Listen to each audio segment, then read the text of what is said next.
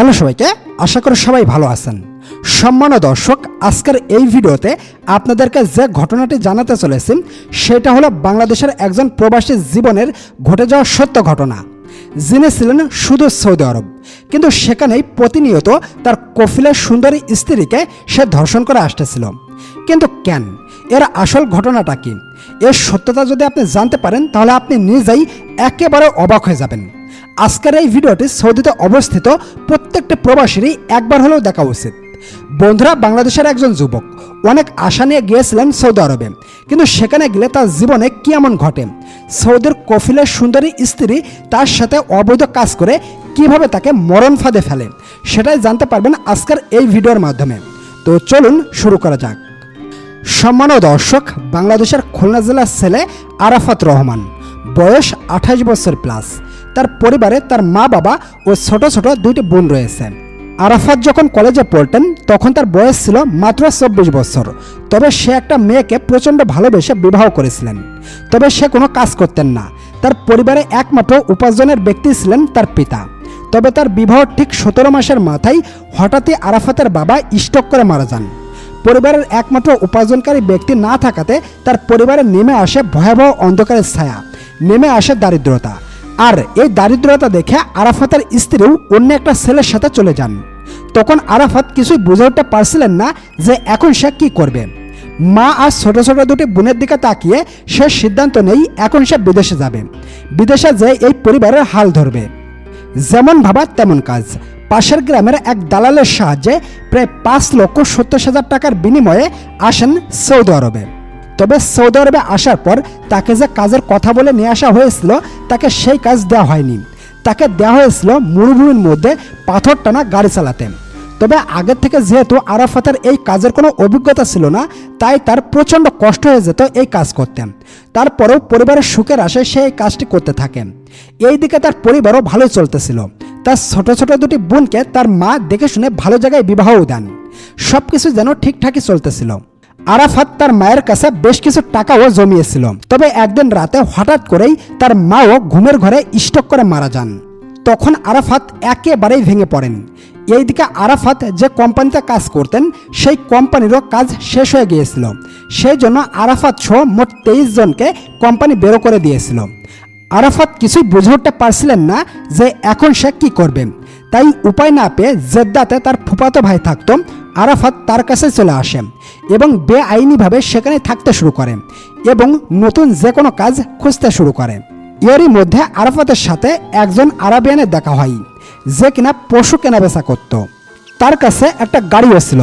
সেও একজন বিশ্বস্ত ড্রাইভার খুঁজতেছিল। তখন আরাফাত তার সকল পরিস্থিতির কথা ওই আরাবিয়ানকে খুলে বলেন। তখন ওই আরাবিয়ান আরাফাতকে তার সঙ্গেই কাজ করতে বলেন।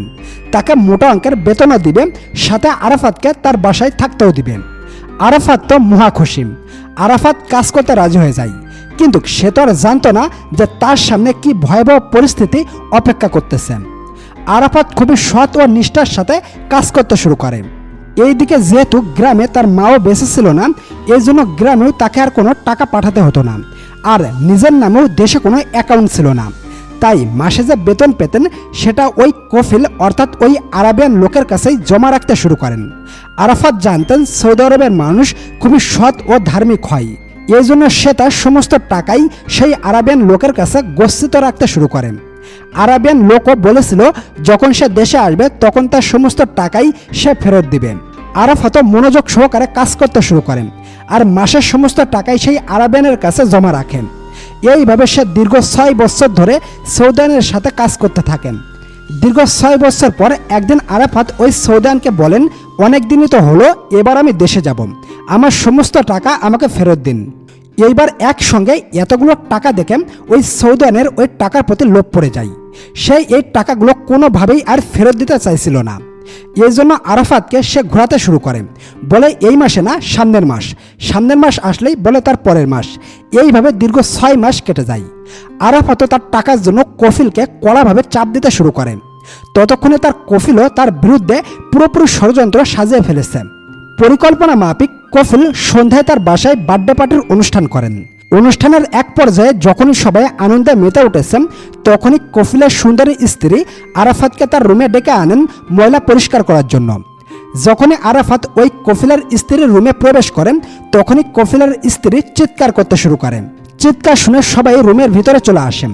তখন কফিলের সুন্দরী স্ত্রী কান্না করতে করতে সবাইকে বলেন, আরাফাত আমার সাথে জোরাজোরি করেছেন, আমার হাত ধরে টানাটানি করেছেন, আমার সাথে অবৈধ কাজ করতে চেয়েছেন। তখন এই কথা শুনে তো উপস্থিত সবাই আরাফাতের উপরে ক্ষিপ্ত হয়ে ওঠেন। সবাই তাকে চড় থাপ্পড় মেরে পুলিশের হাতে তুলে দেয়। এখন আপনাদেরকে বলে রাখি, সৌদি আরবের নিয়ম হলো সেখানে খুবই দ্রুত কোর্টের কার্যক্রম শুরু হয়ে যায় আর খুব তাড়াতাড়ি রায় ঘোষণা করে দেওয়া হয়। আমাদের এখানকার মতো এত পেন্ডিংয়ে থাকে না, যে কারণে কোর্টে জজ বসলেই তার সামনে আরাফাতকে হাজির করা হয়। তখন জজ সাহেব বলেন, তোমার উপর অভিযোগ রয়েছে যে তোমার কফিল তোমাকে কাজ দিয়েছেন, নিজের বাড়িতে থাকতে দিয়েছেন, তোমার উপর ভরসা করেছেন, আর সেই তুমিই কিনা তার স্ত্রীর সাথে জোরাজুরি করেছ, তার হাত ধরে ফেলেছ, তার সাথে অবৈধ কাজ করার চেষ্টা করেছ। তুমি কি জানো তোমার উপর আনা অভিযোগ যদি সত্য প্রমাণিত হয় তাহলে তোমাকে জনসম্মুখে পাথর মেরে হত্যা করা হবে। এখন আরাফাত বেচারা কি আর বলবে, সে তো চুপ করে ভয়ে কাঁপতে থাকেন। এখন জজ সাহেব কফিলের স্ত্রীকে বলেন, তোমার সঙ্গে এ যা করেছে তা সত্য কিনা। এমনিতে কফিলের স্ত্রী তো খুবই সৎ মানুষ, মিথ্যা কথা খুবই কমই বলেন এবং তিনি 5 ওয়াক্ত নামাজও পড়েন। তবে এখন এতগুলো টাকা আর স্বামীর নির্দেশে সে এখন মিথ্যা স্বীকারোক্তি দিচ্ছেন। সে বলেন, আরাফাত আমার ঘরে একা পেয়ে আমার হাত ধরে টানাটানি করেছেন, আমার সাথে জবরদস্তি করার চেষ্টা করেছেন। তখন আমি চিৎকার করতে শুরু করি। ওই সময়টায় লোকজন এসে একে ধরে।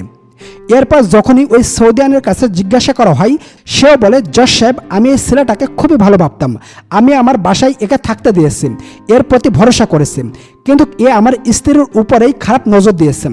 আপনি একে এমনভাবে শাস্তি দিন যা দেখে যেন বাকিরা ভয়তে শিহরিত হয়ে ওঠে। এই কোর্টে উপস্থিত সবার কথাই শোনা হয়, কিন্তু এই দিন কোর্টে রায় ঘোষণা করা হয়নি। আরাফাতকে আবারও জেলে পাঠিয়ে দেওয়া হয় এবং পরবর্তী তারিখ দিয়ে দেওয়া হয়। এরপর বাংলাদেশি ছেলেটির পরবর্তী তারিখ আসার আগ পর্যন্ত জেলের ভিতরেই বন্দি করে রাখা হয়। কিন্তু ওই জেলায় এমন এক লোকের সঙ্গে তার দেখা হয় যে কিনা একজন পাক্কা খেলোয়াড় ছিলেন। তিনি আরাফাতকে বলেন, এখন আমি তোমাকে যা যা বলবো তুমি কাল কোর্টে তাই বলবা, এমনিতেও তো তুমি সাজা পাবেই, কিন্তু এই কথাগুলো যদি তুমি বলতে পারো তাহলে তুমি নির্দোষ প্রমাণ হলেও হতে পারো। এরপর পরবর্তী তারিখে যখনই আরাফাতকে কোর্টে হাজির করা হয় তখন জজ সাহেব আরাফাতকে শেষবারের মতো জিজ্ঞাসা করেন, তোমার উপর আনা অভিযোগ, তুমি কি তোমার কফিলের স্ত্রীর সাথে জবরদস্তি করার চেষ্টা করেছ? তখনই আরাফাত বলেন, জজ সাহেব কি বলছেন, আমি শুধু চেষ্টাই করিনি, আমি তো বিগত 6 বছর ধরে এই মহিলার সাথে প্রতিনিয়ত শারীরিক সম্পর্ক করে আসছি।